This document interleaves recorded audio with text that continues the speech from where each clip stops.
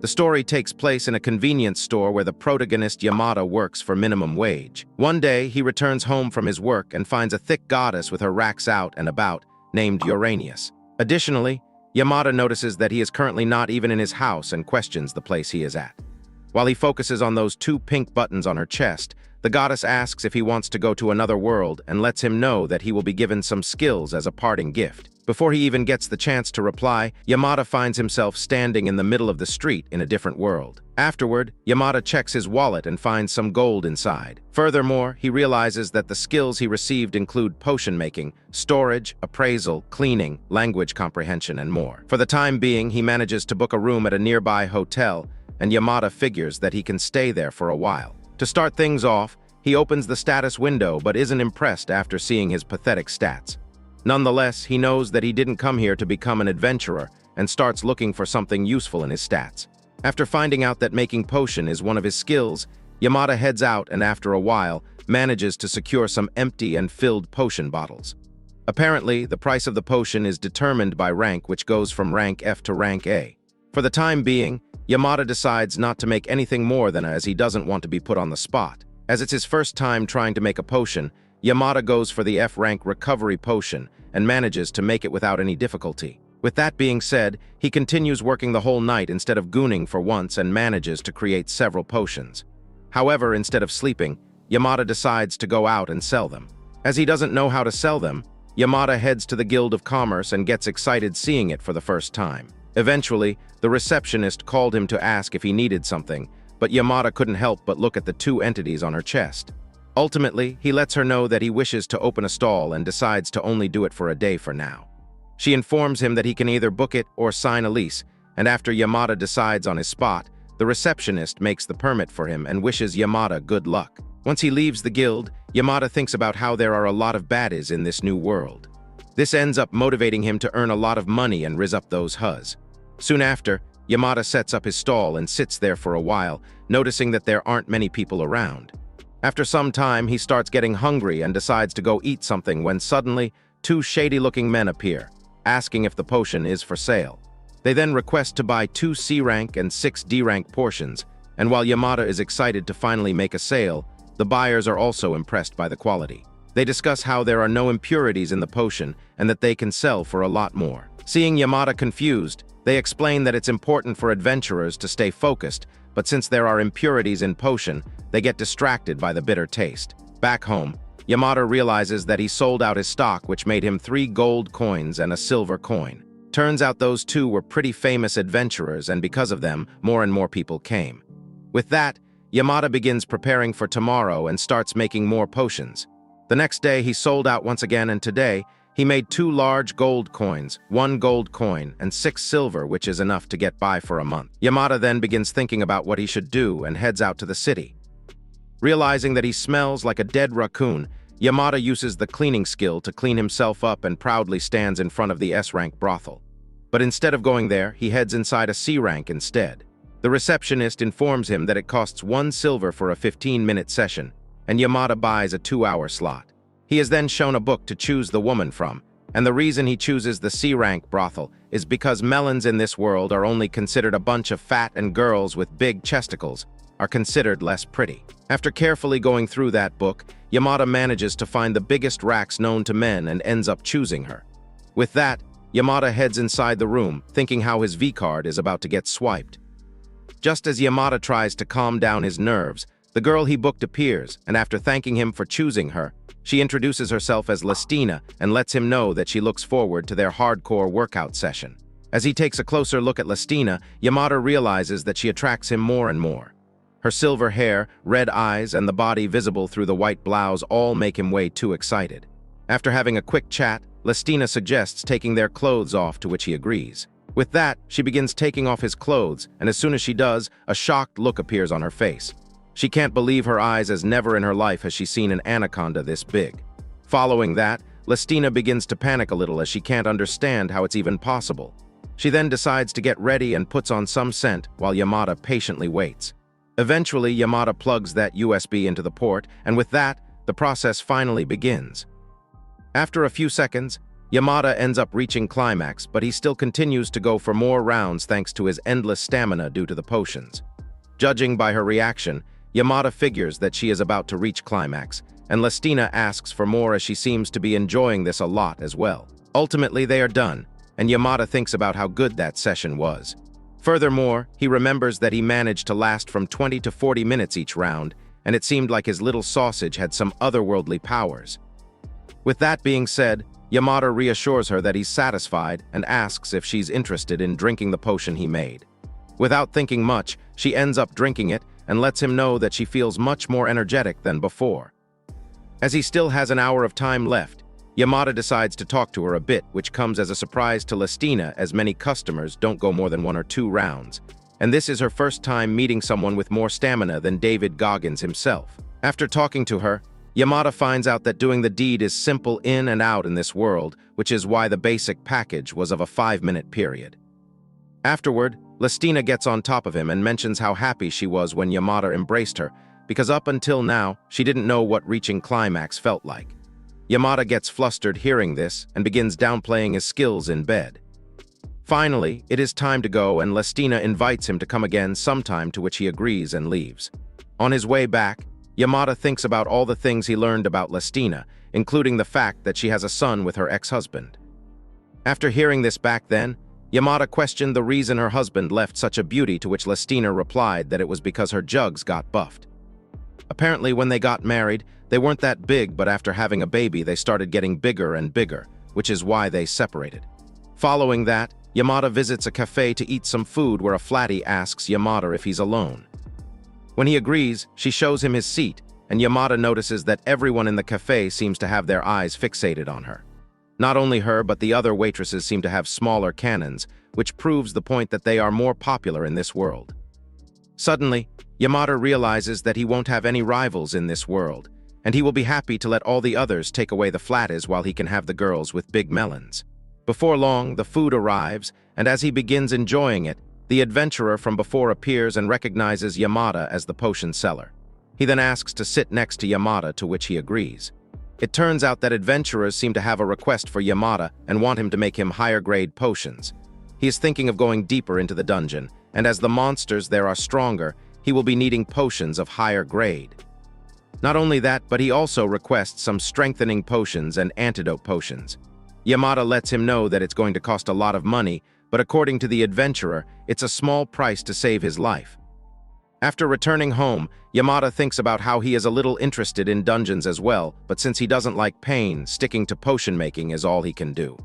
With that, he decides to make those potions and remembers the time when he tried making one, but it ended up as a complete failure. But to his surprise, he manages to easily make a B-rank potion today even though he couldn't yesterday, which makes him wonder if Lestina gave him a power-up. Realizing that doing something different allowed him to make this potion, Yamada tries touching the caterpillars of this world, touching walls and breathing the air of this world. Just then, he gets a sneak peek of some cakes, which can also be called something different. The following night, Yamada decides to pay Lestina another visit in order to find clues to finish the product. Lestina is surprised to see him visit her so soon, and after rocking the bed a couple of times, they are finally done.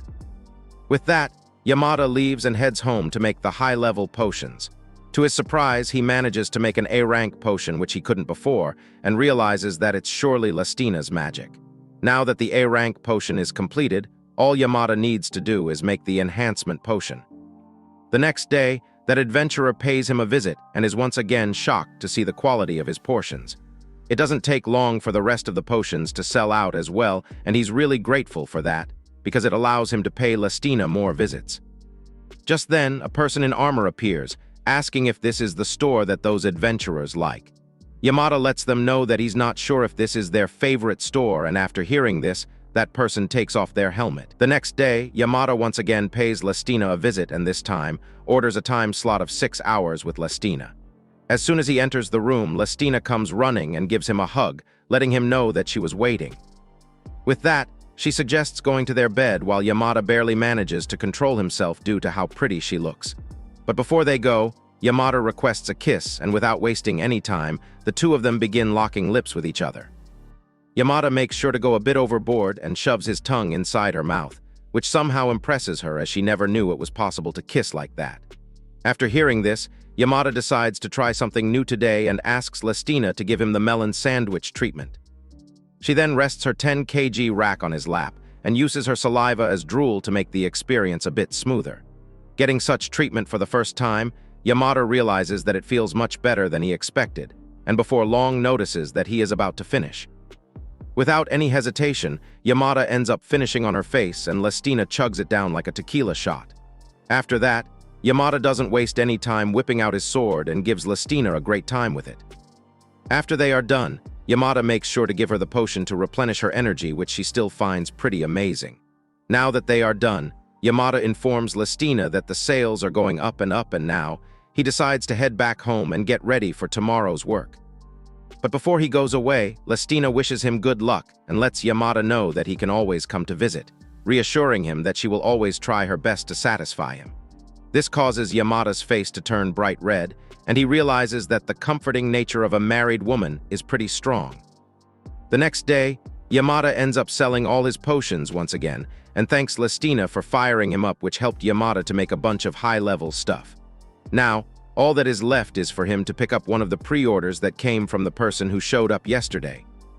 Apparently, he's talking about the girl in armor who paid him a visit yesterday, and when Yamada told her that all the potions were sold out, she was really impressed. Ultimately, she ended up deciding to make a pre-order.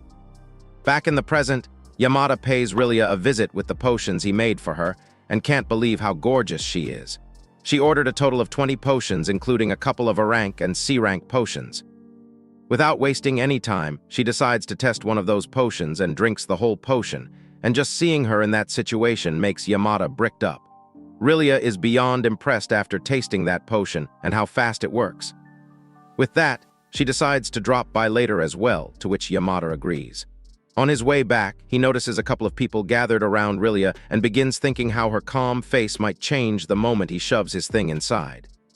Later that day, Yamada pays that brothel another visit, but to his surprise, the receptionist tells him that Lestina has a fever and won't be available today. Yamada gets a bit disappointed as he had already thought about some new positions when suddenly, the receptionist grabs his hand and suggests trying a different girl this time. Furthermore, he shows him a lot of girls who have jugs as big as Lestina's. After taking a look, Yamada ends up liking a girl named Malconia. The receptionist informs him that she's available and tells Yamada all the frisky details about Malconia he could think of. Ultimately, Yamada decides to book her for 2 hours, and before long, she appears in his room. As soon as he takes a look, Yamada is captivated by her big eyes, thick lips, and blonde hair. Instantly, Malconia ends up lying on top of Yamada with her thick body and starts taking off his clothes. As expected, she is shocked to see that anaconda inside but manages to somehow calm herself down. Before they get started, Yamada lets Malconia know that he doesn't want to go by the rules and wants to make love first. With that, the two of them start kissing, and just like Lestina, he goes all in. After that, he gets on top and continues kissing Malconia while playing with her giant airbags. Just like that, Yamada gets down to business, and after they are done, Malconia manages to reach climax as well, which is something she has never done before. This makes him realize that many women in this world have never finished and thank Malconia for her service. Surprisingly, she invites him to come see her again sometime, to which Yamada agrees. On his way home, Yamada starts thinking about how he has another girl he likes. Malconia's calming voice and big jugs are what he loves, but at the same time, he also thinks that Lestina is the best due to how hard she works for him. The following day, Yamada is done producing all the potions, and all that is left for him is to go sell them. To get things started, he first stores the potions using his storage skill, allowing him to go to his stall empty-handed. As usual, there are a lot of customers gathered to buy his potions, and after he is done with work, Yamada pays a visit to that restaurant and places his order. Soon after, the flatty appears with his grilled bighorn rabbit, and with that, he requests a bowl of rice as well. Apparently, Yamada has become addicted to the monster meat ever since he came to this world. While Yamada enjoys his meal, he hears some people talking about how they did the deed with a beast woman and that she sounded like a beast's yelp during the act. This turned that person off, and he decided to stop in the middle of the act. Curious, Yamada asks the waitress about the beast women, to which she replies that they live in a country named Yongle. According to her, it takes around 2 weeks to go there in a carriage, but if he uses dragons, it can take less time, although dragons can be pretty expensive. On his way back, Yamada thinks about how he'd love to go to that country someday and clap some beast cheeks. But for now, he heads to the brothel once again and enjoys his time doing it with Malkonia for now. After they are done, Yamada makes sure to thank Malkonia, but according to her, she should be the one thanking him, as Yamada always makes sure to praise her busty body, which she finds pretty sweet. With that, she lets him know that he is welcome anytime, and Yamada promises to be back soon. Afterward, Yamada decides to head back home as he stayed all night with Malkonia and figures that he should take the day off. Later that day, Yamada pays a visit to the Calver real estate office and lets the receptionist know that he is looking for a house. When she asks about his requirements, Yamada replies that he wants a place where he can live and do his business as well. She then shows him a few choices, one that's on the main street and one that is not. After reading all the info, Yamada finds out that it costs 1 large gold coin for 1 bedroom and 4 gold coins for 2 bedrooms. But before he decides anything, Yamada requests a tour of that house. After carefully touring all the choices he has, Yamada decides to go with the cheapest one, and even though the receptionist warns him that it might be hard to do business there, Yamada seems to like that it's cheap and spacious. Besides, he seems to have a lot of customers and is sure that it'll be all right. With that, he finally manages to buy his first house and moves all his stuff using the storage skill. It doesn't take long for Yamada to realize that he bought a ton of stuff, because it was so easy to move them using his skill. Nonetheless, he begins setting up his bedroom, but all the nights he spent with the baddies, and the lack of energy makes it pretty hard. Luckily, he seems to have the right potion for this problem, and ends up drinking everything he can produce. This allows him to easily set up his bedroom, and afterward, Yamada heads to his hotel to inform the lady that he will be moving out, who seems a bit confused regarding the fact that he looks like someone who snorts creatine. Following that, he pays a visit to that brothel where the manager is impressed after seeing his muscles as well.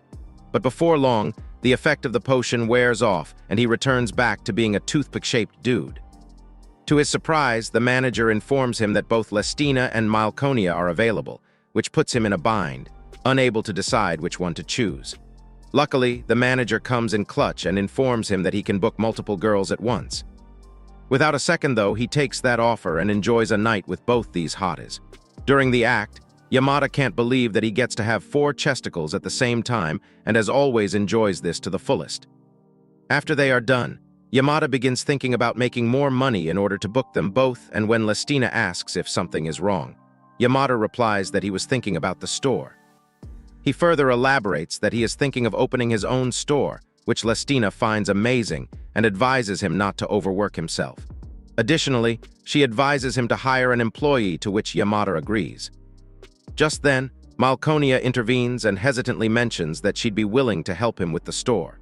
However, she quickly realizes that she might have said something outrageous and begins apologizing, but Yamada seems to like the idea and asks her to tell him more.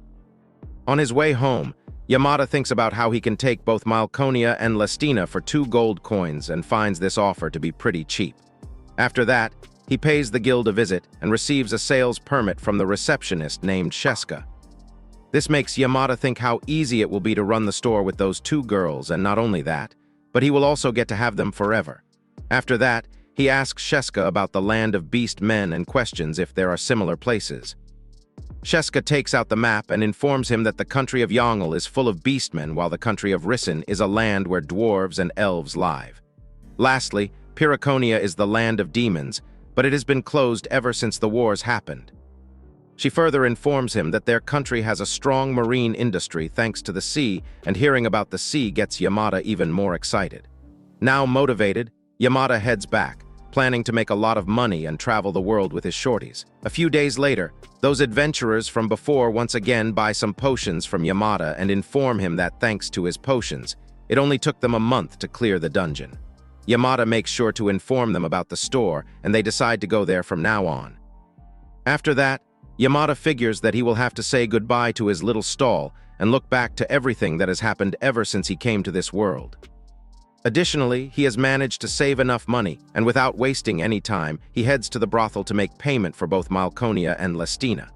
The manager starts to tear up after watching his girls go, which moves the girls as well, and they end up hugging the manager to say their goodbyes. As they leave the brothel, Lestina thanks Yamada for taking them in, to which he replies that it's because he wanted to smash those cakes for a long time. From now on, he will be able to perform the deed with them anytime he wants. With that, the three of them visit a clothing store, and Lestina first tries an outfit that barely manages to hide her itsy bits. After Yamada gives her approval, Malconia tries an outfit that can barely be called an outfit to begin with. Looking at them causes Yamada to thank God for these gifts.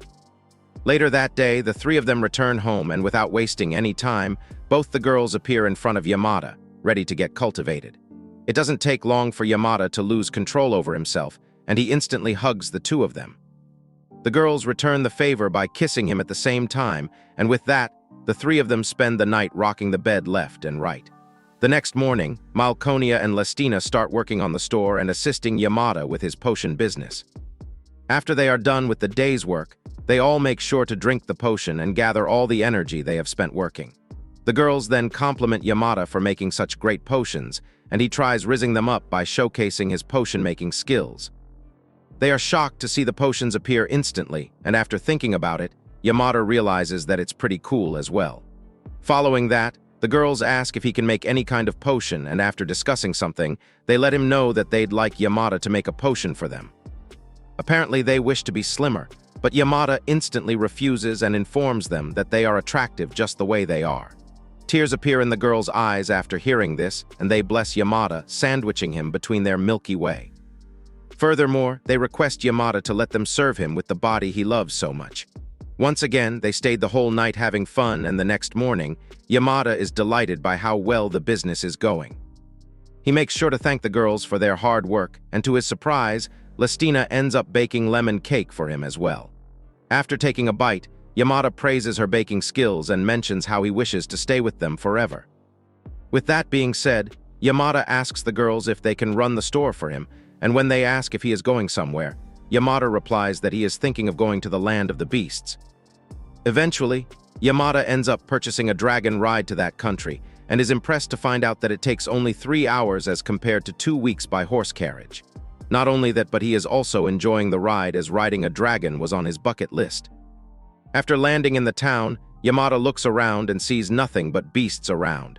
To start things off, he first heads to an office to get his entry procedure done, and without wasting any more time, instantly visits a brothel. The manager of that brothel hands him the list of women, and after taking a look, he manages to find a girl named Iritles that he likes. When the manager asks about the time slot, Yamada ends up booking the whole night. Before long, the beast girl appears in his room and thanks Yamada for choosing him. Yamada is captivated by her red hair and tall figure. Just then, he notices something and asks Iritles if she has a problem with formal speech, and when she agrees, Yamada gives her permission to speak normally. Iritles instantly switches her whole personality, but Yamada doesn't seem to mind, as he believes every girl is most attractive when she's just herself. After that, she starts getting closer to Yamada, asking if he likes doing the deed, and when Yamada agrees, Iritles pins him on the bed.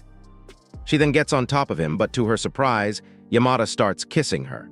However, she gets confused and asks what this is, but instead of explaining to her, Yamada starts to explore the cave, which allows her to finish for the first time as well. With that out of the way, Yamada takes off his pants and reveals the mighty Excalibur. But Iritles gets scared after seeing the size and gets reassured by Yamada that the others were fine. Additionally, he thinks how nice it is to see Iritles become a maiden when she was so bossy before, and lets her know that he's got the skills to make her feel good. As expected, Iritles begins having a great time, and eventually, Yamada reaches his climax, and to his surprise, she ends up drinking pretty easily as well. Yamada was impressed and patted her head, complimenting her for doing a good job. However, he isn't done yet, and decides to teach her how to make the melon sandwich attack, to which she agrees and asks him to teach her more. Yamada can't believe how she went from looking like a dangerous girl to someone who is all cute and fluffy. Nonetheless, he gets right onto it, and after they are done, Iritles informs Yamada that she used to be a B-rank adventurer. This makes him realize the reason her abs are so cool, but according to Iritles, they are nothing compared to the old days, as her muscles used to be at least a foot tall. Yamada reassures her that she looks the best now, and Iritles further mentions that she used to be a naughty slave back in the day, and was very famous even while having a big rack. Before long, doing the deed started feeling more enjoyable than adventuring, which made her decide to quit her job and join the brothel. That's how she met Yamada. However, it was very difficult for her to find someone who can match her energy, as most of them got sucked dry from her. But Yamada was totally different, and at first, Irightles thought she was going to take the lead like she always does, but she couldn't do anything as Yamada kept on hitting her with different stuff, until she was satisfied. Now she has become crazy for Yamada and is sure that no one can beat his skills. Yamada appreciates her saying that, and Irightles once again says that she has never had climaxed from anyone that good. Hearing this motivates Yamada to jump back on top and finish the deal. After they are done, Irightles asks her to come back soon, to which he agrees. Once outside, Yamada enjoys a hot drink and thinks about how the brothels of this country are the best. Furthermore, he really likes Irightles and believes that she's got that big sisterly personality. Knowing that she is someone who's different from Lestina and Malconia, Yamada can't help but say that he'd like to marry her. Instantly, he gets taken aback after hearing what he said, but realizes how good the nights can be with all three of the girls together. The problem is that those two girls are back at the shop, and he doesn't know how they will act when they see Irightles. But to his surprise, they seem to be rather excited about him bringing a new girl, and when he asks if they are really okay, they reply that if it's something Yamada has decided, there's no problem. He's glad to hear that and mentions how he thought they might be against it. The girls reply that they might have been jealous in normal circumstances, but since it's Yamada, they are all right. Hearing this brings tears to his eyes, and Yamada makes sure to give them a tight hug. Following that, he takes both Malconia and Lestina to the land of the beast, which they really enjoy as it is their first time riding a dragon. He knew that they might have been lonely at the shop, so he thought the three of them going on a trip together would be nice. The girls then notice how there are sounds of music coming from everywhere, and Yamada shows them the place where most of the townsfolk are gathered to watch a performance. There, a couple of girls with washboard bodies are dancing, and while the girls really enjoy their performance, Yamada can't help but be disappointed by their bodies. Additionally, he notices the guys around them complimenting Malconia and Lestina, but backs off after seeing the fat on their chest. He makes sure to cover their ears, so they won't hear the negative remarks they are making. Just then, he notices a shop selling the festival clothing and ends up buying his women the same clothes. They make sure to thank him by putting on a performance, and seeing their bodies giggle so viciously brings tears to his eyes. But when the girls argue that they did nothing but dance, Yamada replies that he enjoyed it more because the two of them are the most attractive. After that, he asks them to take the dresses off and enjoys a night getting crushed between the two of them. The next morning, they wake up and notice Yamada already working on something.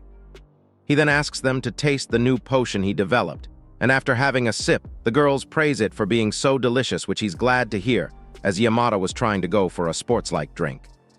Later that day, customers start lining up outside his ship, and all of them seem to really like this new potion he made as well. Ultimately, they end up selling all the potions he made, which makes Yamada realize that even if he made more of the new potions, they would get sold out every day. With that, he has made enough money to go and pick Irightles from the land of beasts. Before long, he appears at the brothel she works at and gets told by the manager that she is currently busy with a customer. Just then, the person she was working with came up looking exhausted, saying how she squeezed out 4 shots in a matter of 15 minutes. Soon after, Irightles also shows up, saying that all the other men are boring.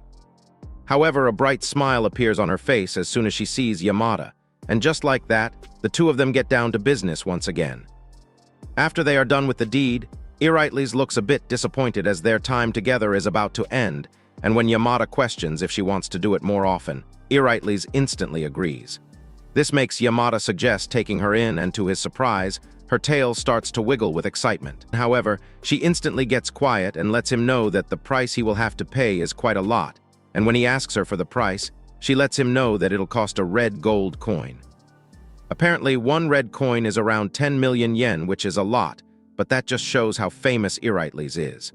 Nonetheless, Yamada says that it's all right with him, and when Irightles tries to tell him just how much money that is, Yamada replies that he is making quite a lot of dough these days. Additionally, he informs her about his store in Virginia, saying that he wants her to come there, but that doesn't matter to Irightles as she's okay as long as Yamada is with him. With that being said, Yamada informs the manager that he wishes to take Irightles with him and makes the payment with his card. Following that, the manager decides to bring the contract and advises Iritles to get ready. Iritles gives him a kiss and asks Yamada to wait for her, while all the managers can think of are the times she sucked all those dudes drier than the Sahara Desert. Finally, it is time for them to leave, and Iritles makes sure to thank the manager for everything. He replies, saying that it's his pleasure and hopes that she can be happy. On their way back, Iritles asks Yamada about their plans, and he suggests going to a clothing store first. Furthermore, he notices Iritles' clothes and thinks how they work well hiding the bombs she's rocking inside. According to Iritles, a person from her work in modest clothes is the best lure ever, but seeing that the freak likes the clothes that barely cover anything, she decides to wear what he likes. Without wasting any time, they pay a quick visit to the shop and then take a ride back home on the Dragon. While flying, Iritles gets excited as this is her first time and figures that it won't take long for them to reach Borginia. Meanwhile, Yamada can't take his eyes off those cakes and thinks about how much he loves Iritles in this outfit. Just then, she notices his eyes locked on those things and gets on top of Yamada, mentioning how happy she is that Yamada wants to see her body. Furthermore, she says that he might be a little weird but is surely a great guy and buries him under those cannon balls. And in return, Yamada grabs that peach, causing her to make happy noises. Eventually, they return home and get welcomed by Malconia and Lestina, who are curious about the person he brought along. Yamada lets them know that her name is Iritles and asks the two of them to get along with her. While the girls start chatting and introducing each other, Yamada stays behind and enjoys the moment. When they question if something is wrong, he replies that seeing three beauties in front of him and knowing that they belong to him is the best feeling. Hearing this makes all three of them blush, and instantly, he gets rewarded from all sides. Lestina decides to go a bit overboard and slides her hand in, but turns out she is not the only one, as there seem to be three hands playing with his little bro. Before long, he realizes that holding it in anymore is impossible and asks the girls to line up with their mouths wide open. Without any hesitation, the girls comply, and Yamada makes sure to fill them up. However, they are still not satisfied and ask Yamada to give them more, suggesting going to the bedroom. There, he pumps the gas in all of them one after another and makes sure all three of them reach climax. After they are done, Yamada mentions that he is glad they all became friends, to which they reply that it's because they all love that big sausage. The following day, Iritles begins working at the shop as well, and people start to recognize her as the B-rank adventurer from Yonger. They also talk about how malevolent she was in the bedroom when they booked her, and figured that Yamada must be a guy with amazing skills. Eventually, all the potions are sold out, and afterward, Lestina suggests making tea for everyone. While they enjoy the tea, Iritles talks about how seeing all these adventurers reminds her of her old days, and when Yamada asks if she wants to go back to being an adventurer, she refuses, saying that being an adventurer means not being able to take that rod. Yamada lets her know that he's a little curious, and Iritles decides to become an adventurer if he becomes one. Malconia and Lestina mention that they will be relieved if Iritles goes with him, but Yamada refuses, saying that he wants the two of them with him as well. When they ask Yamada not to worry about them, Yamada replies that he'll get lonely without them and says that he wouldn't last not being able to play with their bodies. Iritles joins them as well, and like always, they all make love. The next morning, Yamada realizes that he's still super interested in becoming an adventurer and tries to remind himself that he's super weak and won't be able to tolerate the pain and suffering. Just then, Iritles wakes up and says that it'll be all right, and when Yamada asks how she knows what he was thinking, Iritles replies that he was saying it out loud. Furthermore, she reminds him that he's got those potions, and at the same time, the others wake up as well, advising Yamada to go as him, living life as he likes makes them happy as well. With that being said, Yamada gets prepared and drinks the strength-increasing potion, making sure not to go overboard like last time. To start things off, Iritles decides to take him to the Adventurers Guild and get him registered first. On their way to the guild, they walk past Rilia, who ends up recognizing him. Later that day, his registration is complete, and Yamada is given a G-rank adventurer's card. One of the hunters present there recognizes Yamada as the potion shop owner and asks if he would like to join their party. However, Iritles intervenes and informs them that she is already helping him out, and they end up recognizing her as the B-rank hunter as well. Following that, they pay a visit to the weapon shop where the shop owner showcases some long-range weapons, and after that, they go to an armor shop to buy some protection. While Earightleys is a little concerned about the price of these products, Yamada mentions how fun this looks as he has only seen this kind of thing in games before. In the end, he buys everything he likes, and on their way back, Yamada thanks Earightleys for helping her buy all that stuff. He then figures that they need to buy a shield, but Earightleys replies that he won't need one as he'll only use long-range weapons. When Yamada asks if it'll be okay, Earightleys reassures him that she won't let anything lay a finger on him. Following that, Yamada questions about the weapon Earightleys uses, to which she replies that she already has one and can't wait to show how she fights with it. Yamada begins to wonder what she looks like while fighting and can't wait to witness the real thing. Just then, the fight many down bad weebs yearn to see appear in his mind, but sadly, he gets interrupted when Earightleys tries talking to him. After they return home, both Malconia and Lestina get worried and ask the reason they are home so quickly, as they thought they were going on an adventure. Yamada replied that the alteration of armor was going to take some time, so they decided to come back for now. After hearing this, the girls let out a sigh of relief as they thought Yamada might have gotten injured or something. Seeing their reaction, Earightleys teases Yamada, saying that they sure love him. At the same time, Rillia appears in the shop, and both Yamada and Earightleys instantly recognize her as the A rank.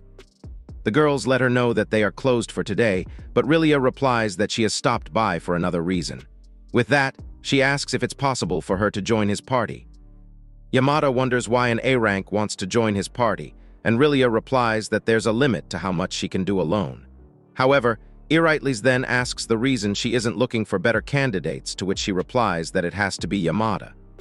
Concerned, Earightleys takes out her sword, and at the same time, Rillia removes her armor and reveals those two godly chunks of fat.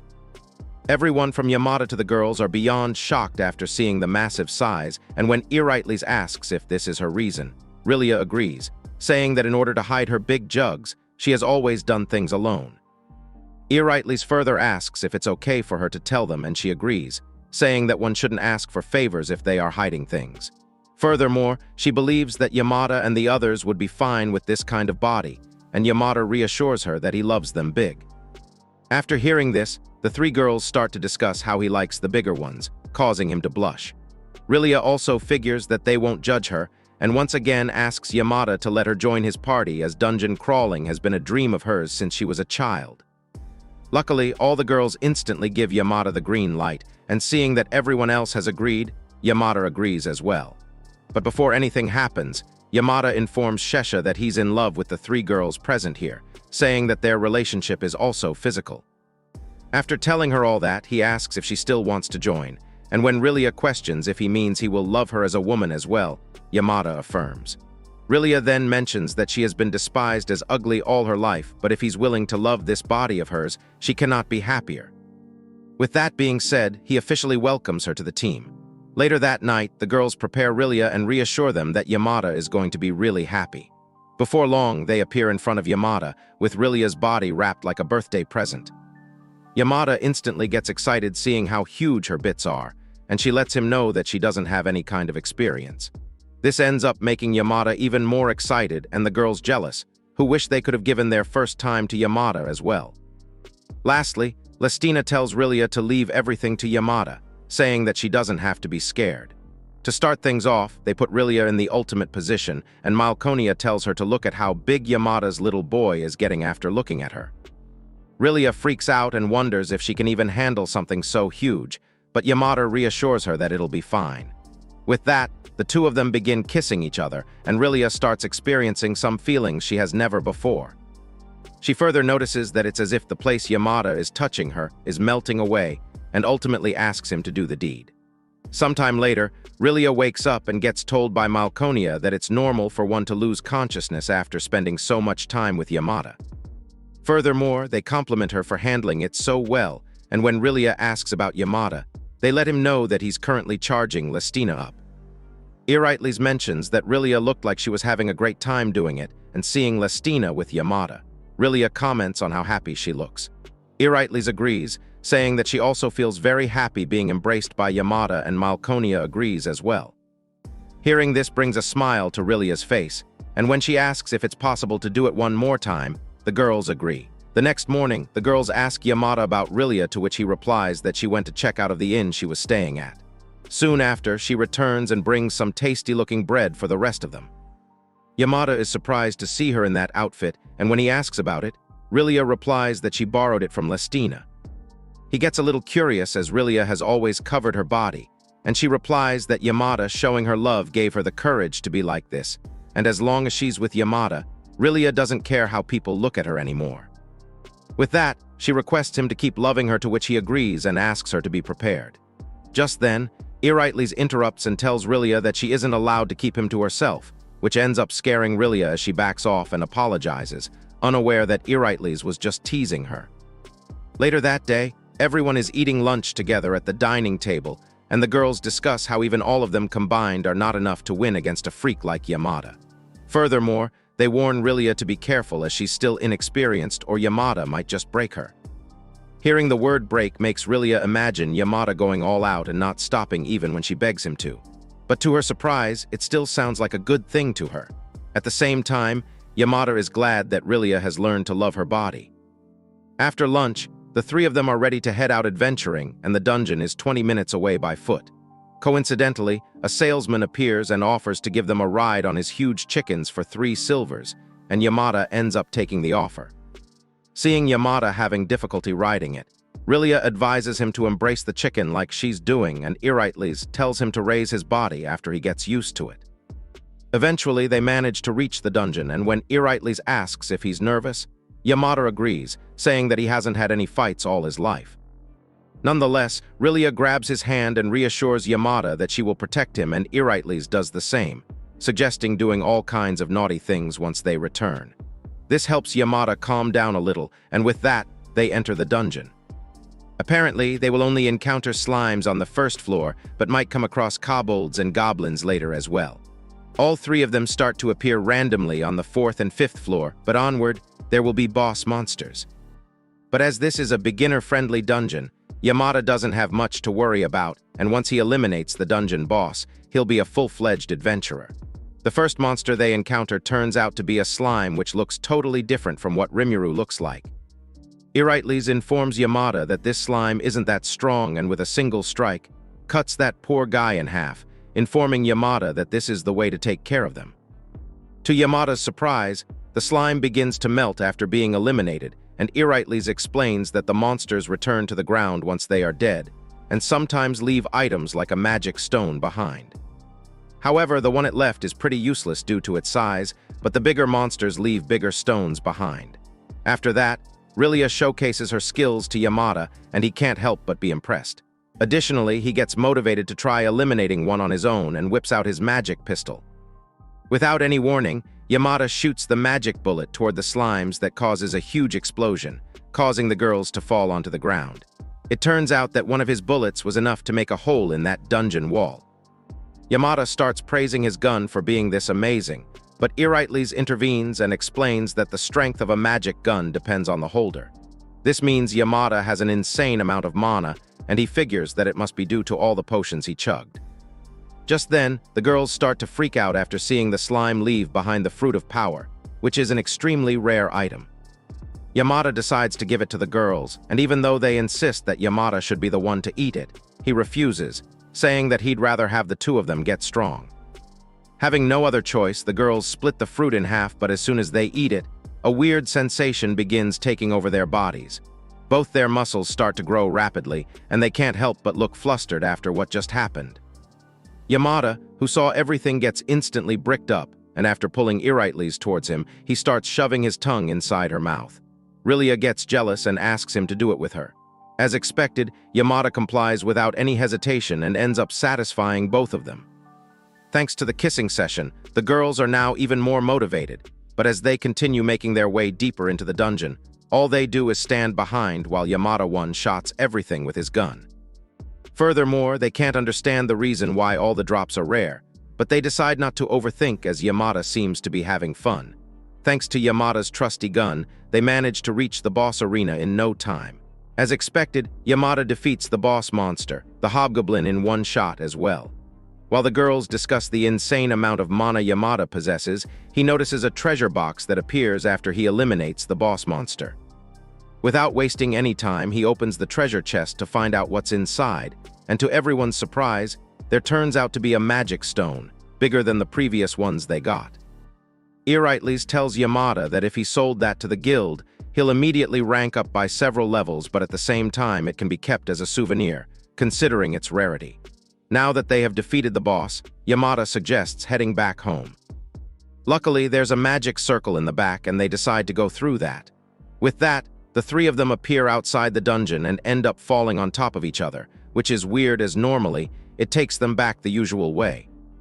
Eurytles finds herself incredibly close to Yamada's meat monster while Rillia's plumps are right on Yamada's face, something he doesn't seem to mind. After informing the guild about Yamada's achievements, he gets promoted to rank F, and although he is not really interested in ranking up, Yamada can't help but be happy about it. Furthermore, the girls think that his strength is not that of an F ranker but way more, and they feel guilty, because Yamada gave them the fruit even though they did nothing. But Yamada argues that he was only able to move forward because they taught him all sorts of stuff, and their presence was really reassuring. With that being said, he suggests hurrying back home when unexpectedly, both the girls end up kissing him on the cheek. Once again, they congratulate him for clearing his first dungeon, causing Yamada to get flustered. Later that day, they finally return home, and there, they see Malconia and Lestina dressed up as bunny girls, ready to welcome him. They make sure Yamada isn't injured or anything, and when he questions them about their attire, the girls let him know that they wanted Yamada to be happy when he returned and thought he might like these kinds of clothes. Yamada instantly hugs the two of them, telling them that he loves it. Furthermore, they thank Rillia and Eurytles for protecting Yamada, and they inform them that they didn't do anything as Yamada is already pretty strong. However, Lestina mentions that because of the two of them, Yamada was able to deal with the situation calmly, and it went smoothly because of their presence. Malconia also praises them for supporting and protecting Yamada, for which she is really thankful. After that, they all enjoy eating dinner together, and once it's late night, all four of the girls appear in front of Yamada, ready to get filled. Yamada enjoys it as it's been so long since he was blessed by Malconia's and Lestina's mouths. But at the same time, he really enjoys Rillia's huge honkers and those juicy limps of Eurytles. After they are done with foreplay, Yamada asks the girls to line up for the main act, and without wasting a single second, he makes sure to satisfy each and every single one of them. Once everyone has finished, Yamada drinks his potion to re-energize himself and remembers that he needs to organize all his stuff. Just then, he notices that his gun is about to break apart, which Eurytles finds pretty normal, considering the amount of mana Yamada put it through. Ultimately, he decides to get it repaired, but Eurytles argues that it might break down again, and there's no point unless it gets reinforced. In that case, she advises him to get it fixed from the land of Risen, and the following day, all four of them pay a visit to that place. While enjoying the vibe of this town, Yamada notices an elf pass by and sees a few dwarfs as well, reminding him that this place is hailed as the Holy Land for craftsmen. Yamada gets excited as this all seems like a fantasy world to him, but first, he decides to book an inn and then head to the guild to ask for a good shop around. Eurytles figures that he might want to go to a brothel afterward, to which Yamada agrees, and when he asks the others if it's all right, they agree. But before that, Rillia lets him know that there aren't many elves with big jugs, which comes as a shock to Yamada, and he falls to the ground due to the disappointment. Later, Yamada takes a walk around the town, realizing that he hasn't seen an elf with a chest buff around, but he is still confident that there must be at least some present in the area. With that being said, he finally arrives at the brothel and gets welcomed by the manager, who's surprisingly a woman. Yamada asks if they have girls with big chesticles around, to which she agrees, saying that they have one. Afterward, she shows him a picture of her, and Yamada instantly agrees to book that elf. He then heads to the room and thinks about how it has been a long time since he has waited for a girl like this. Soon after, someone knocks on the door, and it turns out to be the elf girl. She introduces herself as Surtibel and says that she couldn't believe there was still a man who would choose her, which is why she has decided to serve him well. Apparently, elves are a race with overwhelming magical and intellectual abilities, and they have a lifespan several times longer than humans.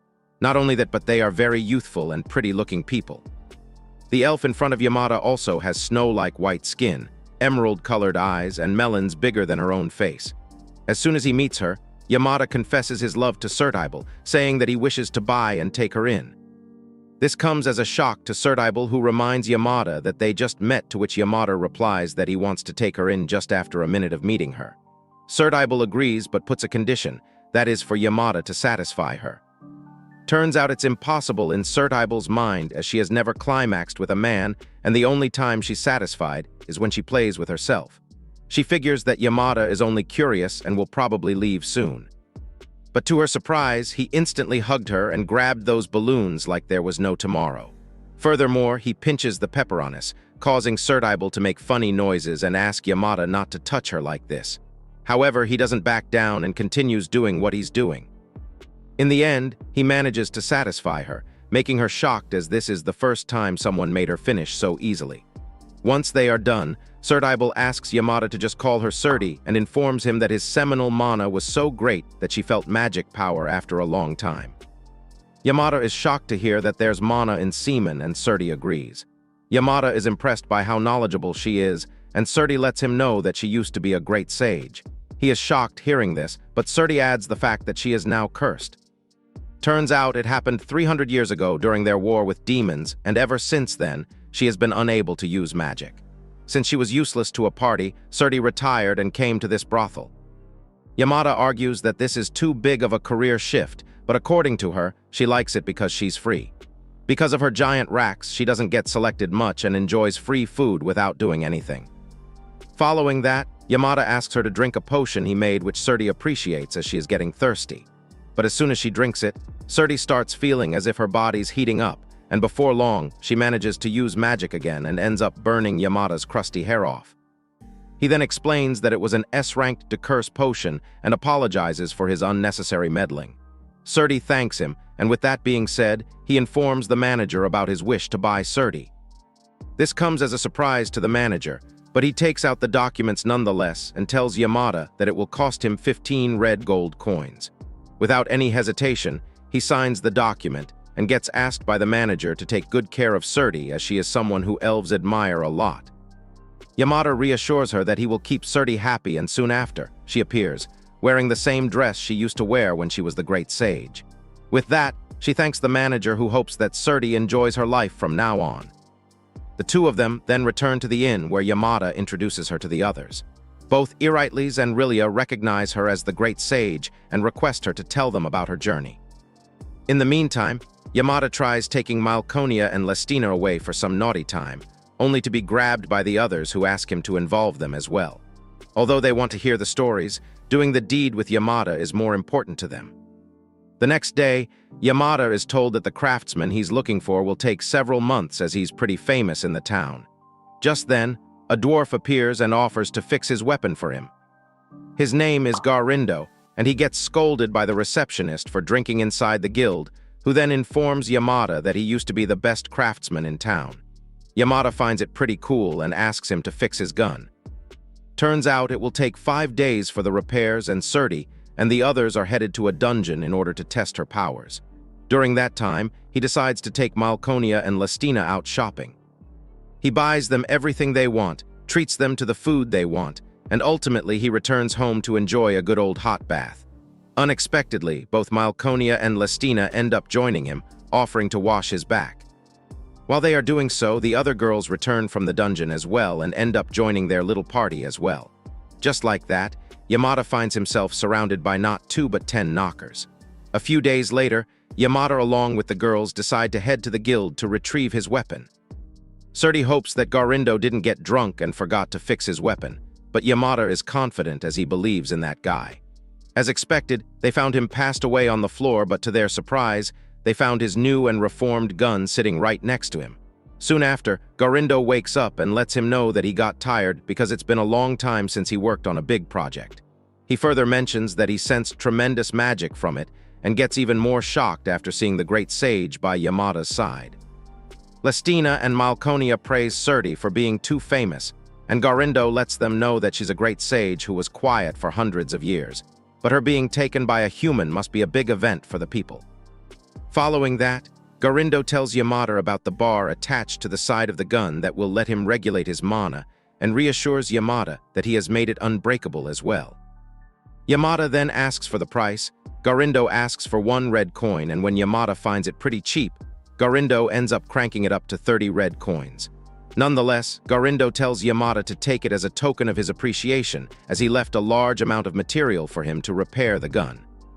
This included materials like orichalcum and adamantite, which is something most craftsmen can only dream of working on. It ignited the long-lost passion he had in his heart, and after hearing this, Yamada agreed to take the 1 red gold coin offer. After leaving that place, Yamada tells the others that Riri left because she wanted to speak with Garindo a little more. While she is away, Yamada makes the other girls wear that same festival clothing and tells them to focus on shaking those peaches a little more. Erytles and Surti also make sure to give Yamada a great time using their bodies. After seeing all that shaking and bouncing, Yamada finds it hard to control himself and jumps on the girls. Once they are done with the deed, Erytles informs Yamada about the new dungeon that has been found. Moreover, it's a newly built one, and the first people to capture a dungeon get great power. It is said that even heroes gained power that way. The word hero sounds pretty cool in Yamada's mind, and now that he has a new weapon, he suggests going to that dungeon as well.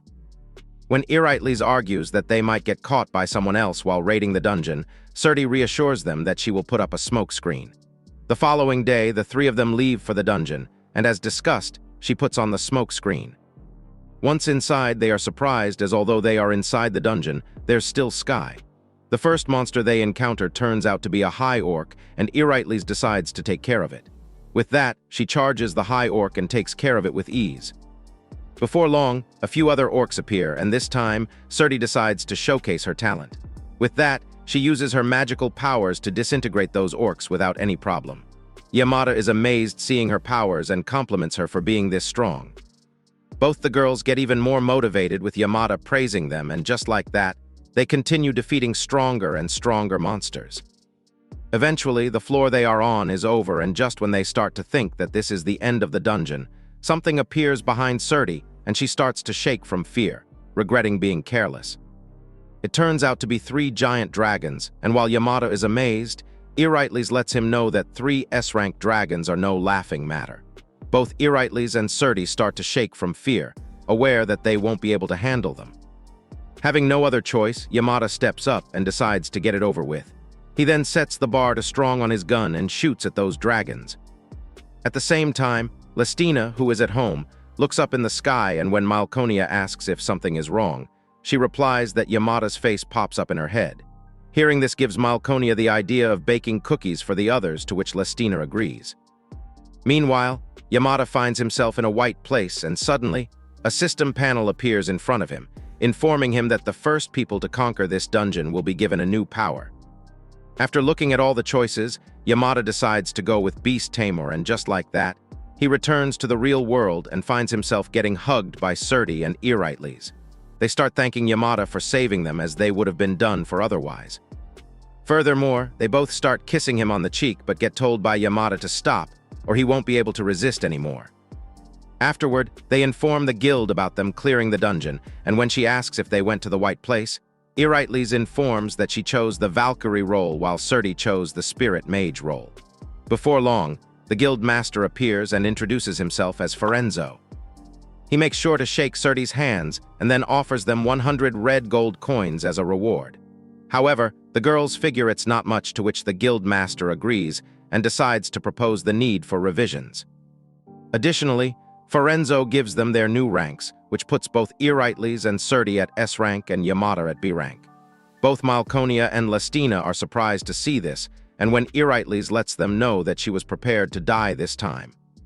Surti also adds that if Yamada had not saved them, they wouldn't have made it home in one piece.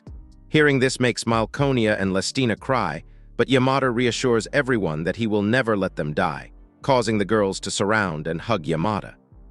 Instead of hugging them back, Yamada takes off their clothes and starts going wild, ready to give them a wild night. Next morning, Yamada wakes up after a night full of action and uses his cleanse skill on the baddies. After that, he tells them that there's a place he'd like to go to with them all. Turns out that the place is the real estate office, and Yamada asks the receptionist for a bigger house with a bath. When Erytles asks if they are moving, Yamada agrees, saying that it's getting cramped and a house with a bath will be great.